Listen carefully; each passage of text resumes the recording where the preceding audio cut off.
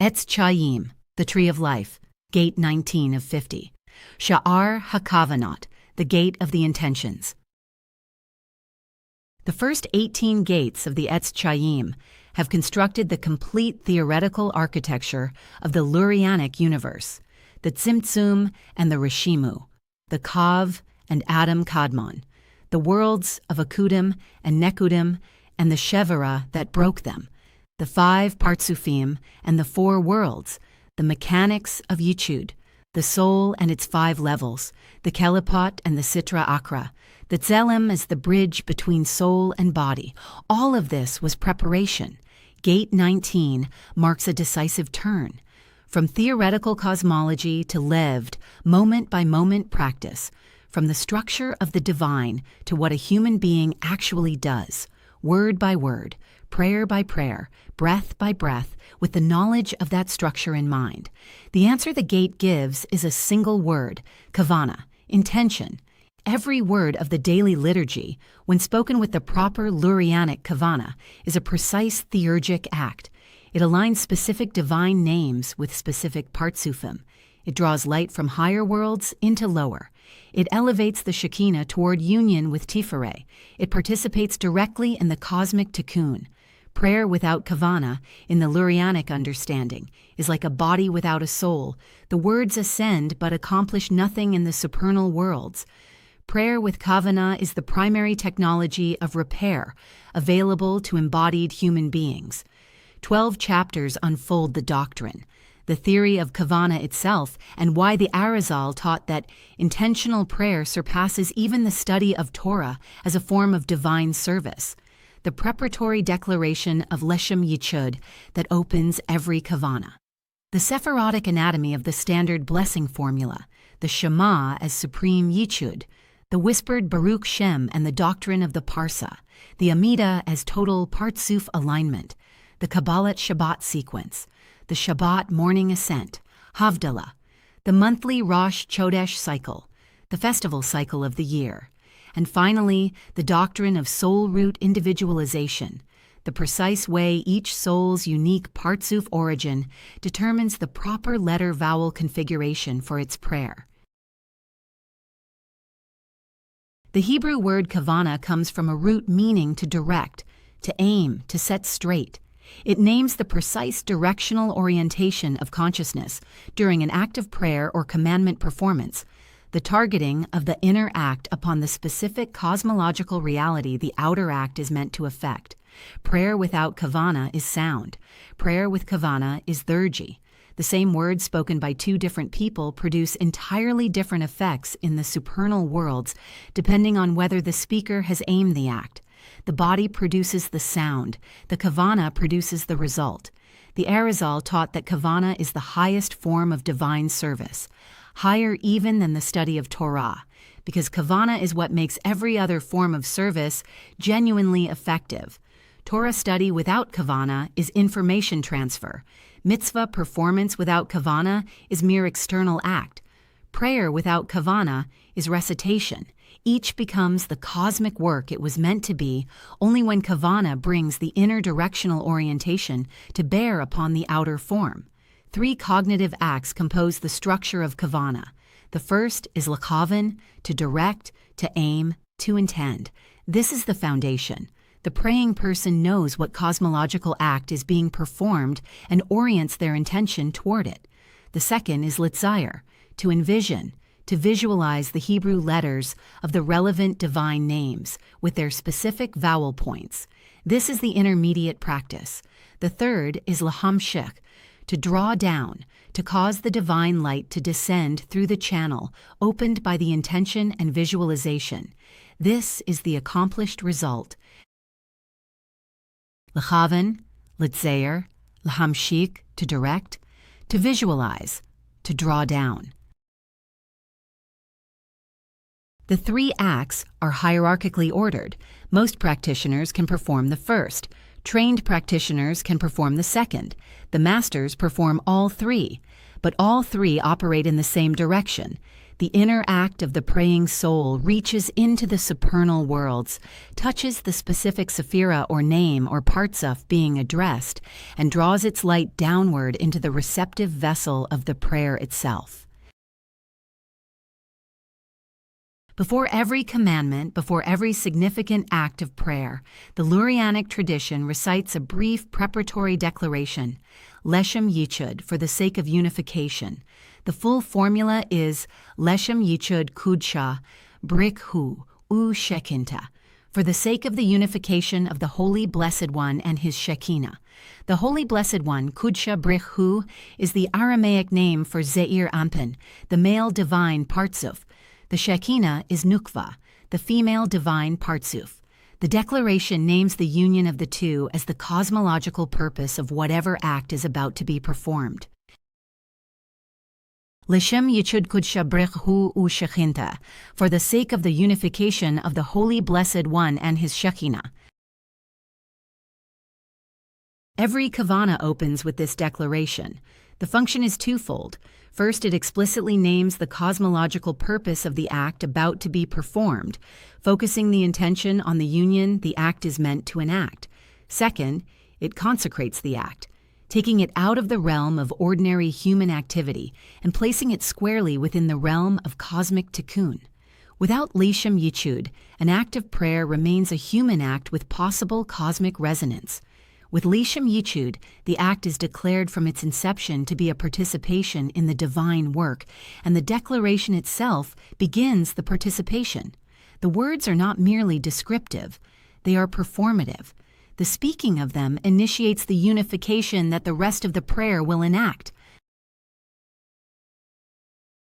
Every Jewish blessing follows the same opening formula.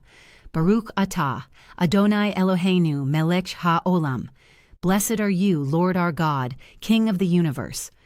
The Lurianic reading treats each phrase as a precise Sephirotic operation. Baruch, blessed. The word comes from a root meaning to draw down, to cause to descend. The opening word of every blessing is a declaration of the cosmological act being performed, the drawing down of divine abundance from its supernal source. Atah, you, the second person address. The Lurianic tradition identifies this Atah with the Sephira of Malkut, which is the Shekhinah, the most accessible aspect of the divine, the one we can address directly as you, Adonai, Lord, the four-letter divine name spoken in the substitute pronunciation that the tradition uses in place of the unspoken YHVH. The name addresses Zeir Anpin, the divine male, the Sephira of Tiferet, at the heart of the supernal body. Eloheinu, our God.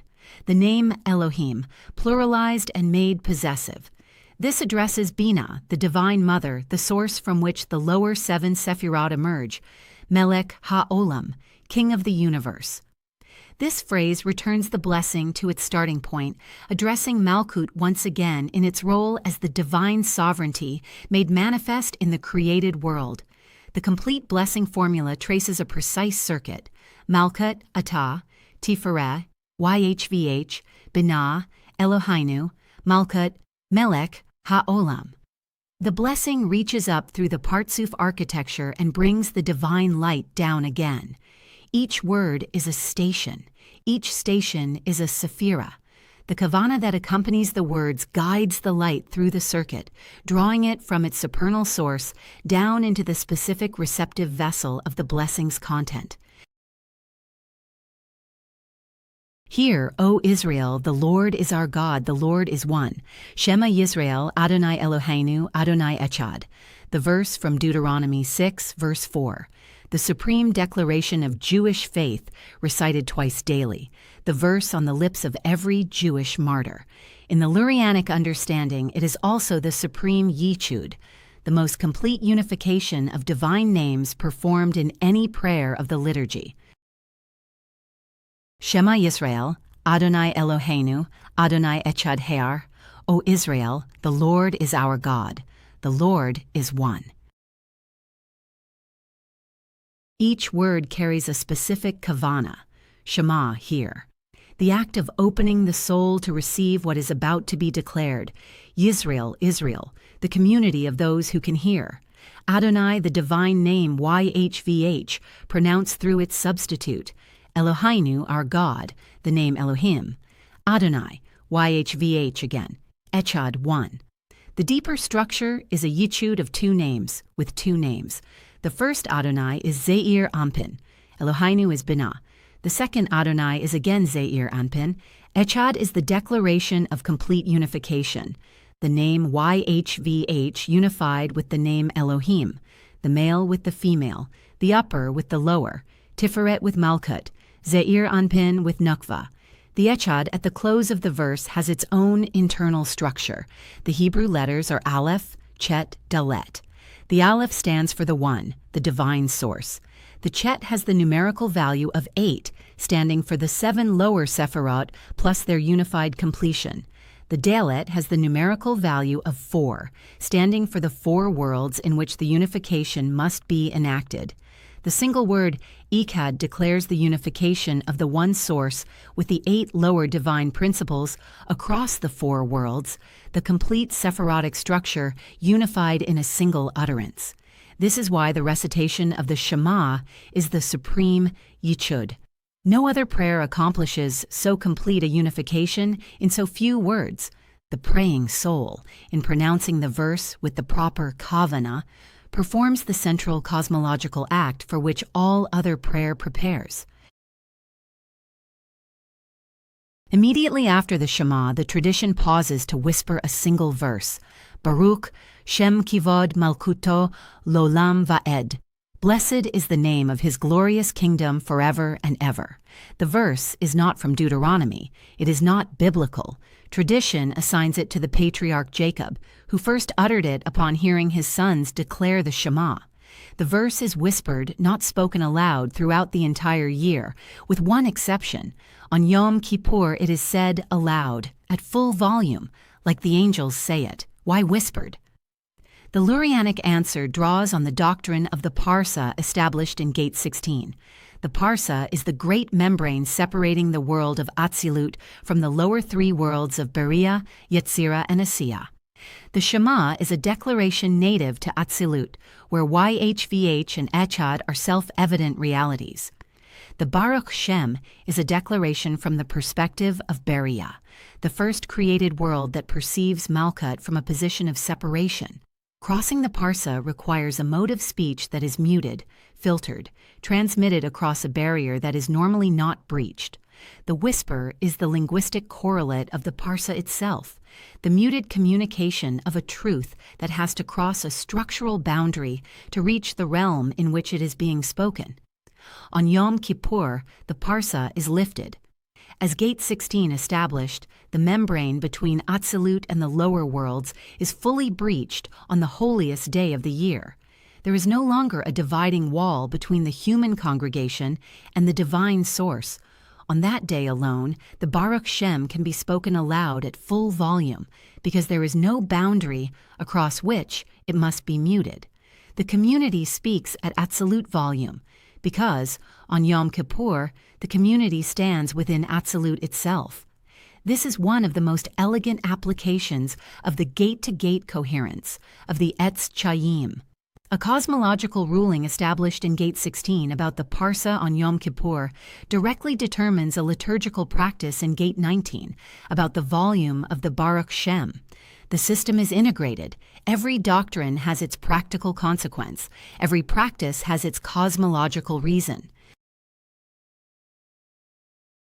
The Amidah is the standing prayer, the Shemone Esrei, the 18 blessings that constitute the central liturgical act of every weekday service. Its structure: 3 opening blessings of praise, 13 middle blessings of petition, 3 closing blessings of thanks, maps precisely onto the Sephirotic body of Zeir Anpin. The 3 opening blessings address the 3 higher emotional Sephirot of Zeir Anpin, Chesed, Gevurah, Tiferet. They constitute the praise of God in the modes of love, awe, and integrated beauty. The praying soul, in reciting them, aligns the upper chambers of its inner Partzuf architecture with the corresponding chambers of the divine Partzuf above. The 13 middle blessings address the lower 7 Sephirot of Zeir Anpin, together with specific applications to the conditions of the world.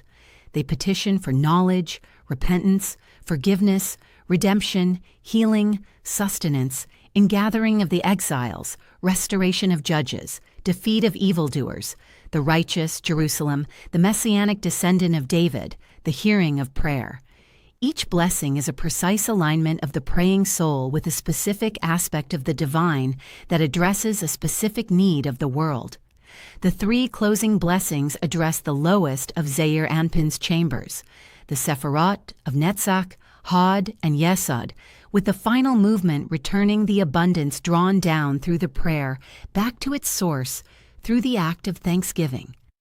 Throughout the Amidah, the praying soul stands. The body is oriented upward, the feet are together, as a single column. The hands are folded, the face is toward Jerusalem. The whole bodily posture mirrors the structure of the prayer, the human Partzuf, in its physical form, aligning itself with the divine Partzuf to which the prayer is addressed. By the close of the Amidah, the entire Sephirotic structure of Zeir Anpin has been illuminated, addressed, and aligned. The light has been drawn from Keter to Yesod. The praying soul has stood at the center of the divine architecture and participated, word by word, in its full activation. The Amidah is the most complete daily act of Partzuf alignment available in the standard liturgy. The Friday evening service, known as Kabbalat Shabbat, the reception of the Sabbath, was instituted by the Saved Kabbalists themselves, including the Arizal, in the 16th century. It is the most Lurianic of all standard liturgies, composed by the very community that produced the Etz Chayyim. The service consists primarily of 7 psalms, followed by the hymn Lechadodi. The structure is precise. The 7 psalms correspond to the 7 lower Sephirot of Zeir Anpin, Chesed, Gevurah, Tiferet, Netzach, Hod, Yesod, Malkut. Through their recitation, the praying community ascends through the entire emotional architecture of the divine male Partzuf, preparing it to meet the Sabbath bride who is about to arrive. Lechadodi itself, Come My Beloved to Meet the Bride, is sung as the community physically turns toward the entrance of the synagogue, bowing as if the Shabbat bride is entering through the door. The act is theurgic. The community, in turning, performs the act that the words describe. The beloved is called. The bride is received. The union of Zeir Anpin and Nukva that the entire week's work has prepared is now consummated in the cosmic Yichud of Sabbath itself. The Sabbath, in the Lurianic understanding, is not merely a day of rest. It is the structural moment when the divine male and female are united, when the cosmic flow is at its highest, when the Shekhinah is at her full glory. Every Friday evening, the entire cosmos is rebuilt around this union. Every Saturday is the day of its sustained flowering. Saturday morning sees the longest service of the standard liturgical cycle. The structure is an ascent through the morning blessings, through the Pisukei de Zimra, verses of song, through the Shema and its blessings, through the Amidah, through the Torah reading, through Musaf, the additional service. The Lurianic understanding reads this entire morning as a sustained ascent of Mochin, the higher consciousness of Zeir Anpin, the divine illumination that begins on Friday evening and reaches its peak during the Musaf service.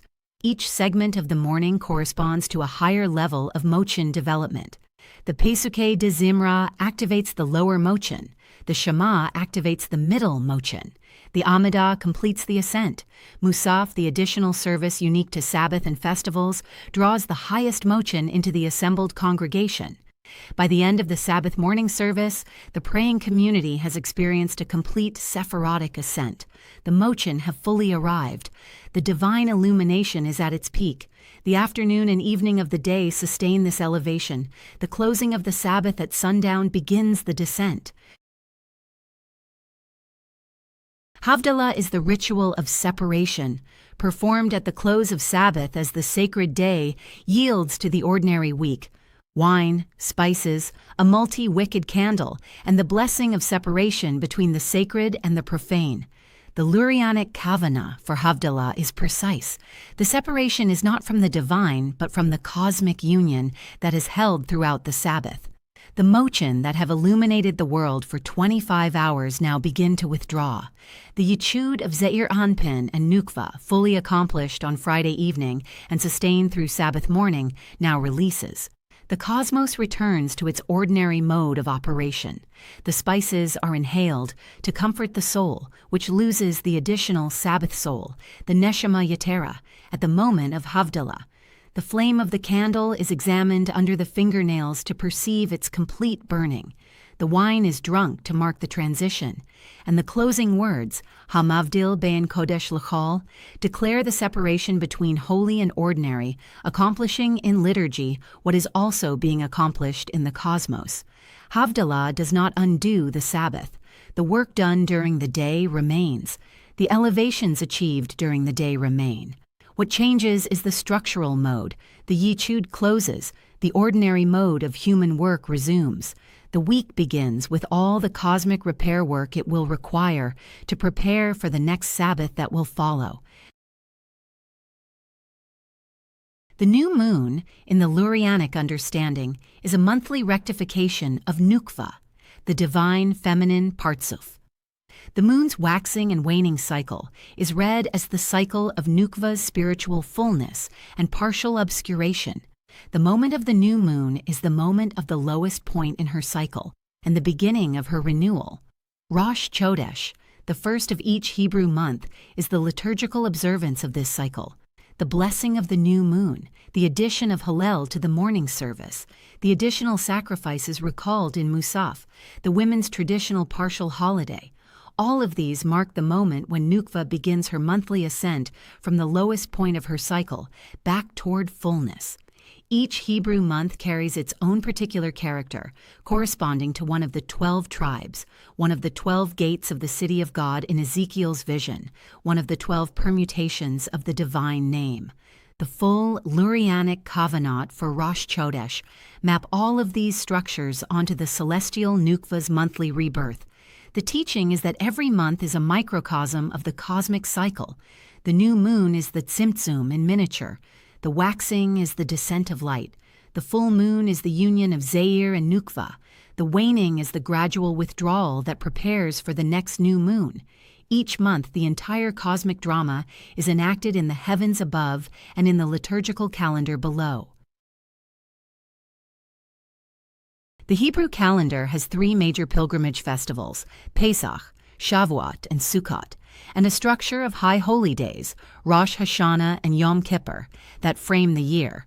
The Lurianic understanding reads each festival as the activation of a specific cosmological structure. Pesach is the festival of Chesed, the festival of the divine love that draws the people of Israel out of bondage. The Kavanah of the Seder enact the cosmic redemption in microcosm. The unleavened bread carries the Kavanah of the rapid elevation of consciousness that bondage prevents. The week of the festival is a sustained Chesed illumination. Shavuot is the festival of Tiferet, the festival of the giving of the Torah, the integrated beauty of the divine self-communication.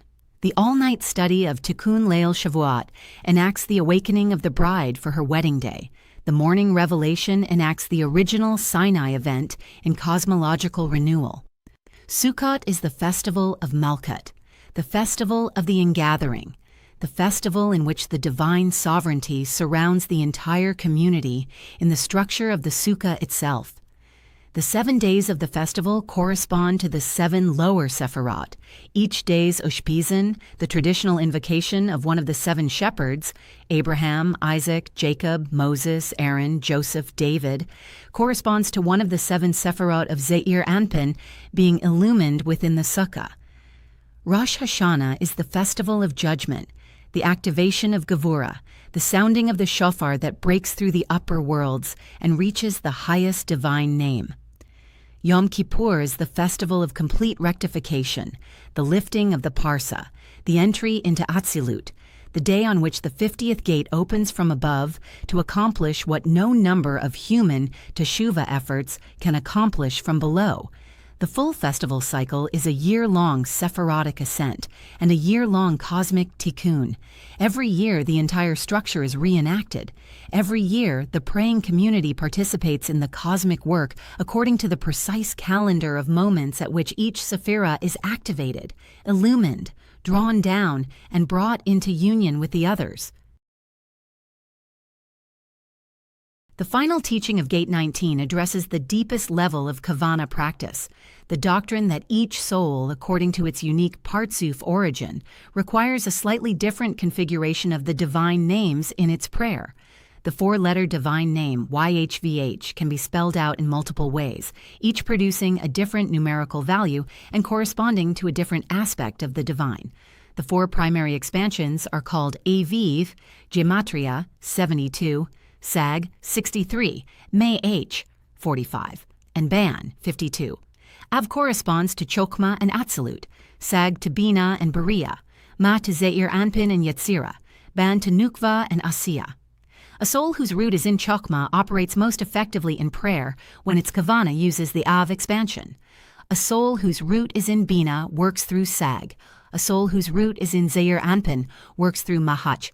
A soul whose root is in Nukva works through Ban. The general Kavanah is valid for everyone. The individualized Kavanah is more powerful for the soul, whose root matches the chosen expansion. But this individualization was, in the Arizal's own generation, accessible only to those whom he personally diagnosed. Even great Kabbalists of his circle, the Al-Shich, Rabbi Eliyahu Davidas, even Vital himself, relied on the Arizal to inform them of their own soul's root. The full individualized practice required a diagnostic seer of the Arizal's capacity. For everyone else, then and now, the general Kavanah is both valid and sufficient. The principle is precise. The human heart's sincere intention is always received in the supernal worlds, even without precise Sephirotic targeting. The full individualized practice is the highest mode, available to the few. The general practice is genuine prayer, available to all. Both elevate, both repair, both participate in the cosmic Tikkun. The difference is one of precision, not of validity. Gate 19 has given the complete Lurianic science of prayer intention, from the foundational theory of Kavanah as the highest form of service, through the preparatory declaration of Leshem Yichud, through the Sephirotic anatomy of the standard blessing formula, through the supreme Yichud of the Shema and the whispered Baruch Shem, through the total Partzuf alignment of the Amidah, through the entire weekly Sabbath cycle from Kabbalat Shabbat through Havdalah, through the monthly cycle of Rosh Chodesh and the annual cycle of the festivals, to the final doctrine of soul root individualization. The Gate has mapped the complete liturgical year as a sustained cosmic tikkun in which every human being can participate, word by word, intention by intention, every day. The system mobilizes everything the first 18 gates established: the Tzimtzum, the Reshimu, Adam Kadmon, the Partzufim, Yichud, the soul, the Kelipot, the Tzelem. Every doctrine becomes a living tool in the hands of the praying individual. Prayer is no longer petition. Prayer is participation. The human being, through Kavanah, joins the divine worlds in the ongoing work of cosmic rectification. What this gate teaches, finally, is that the most demanding mystical practice and the most familiar liturgical recitation are the same act, differing only in the depth of the Kavanah brought to bear. The same Shema spoken by a child and a master accomplishes structurally different effects in the upper worlds. But both are real, both reach, both contribute. The work is bounded but distributed. Every soul has its station, every station has its prayer, and every prayer, properly intended, repairs. Shema Yisrael, Adonai Eloheinu, Adonai Echad Hayar. O Israel, the Lord is our God, the Lord is one.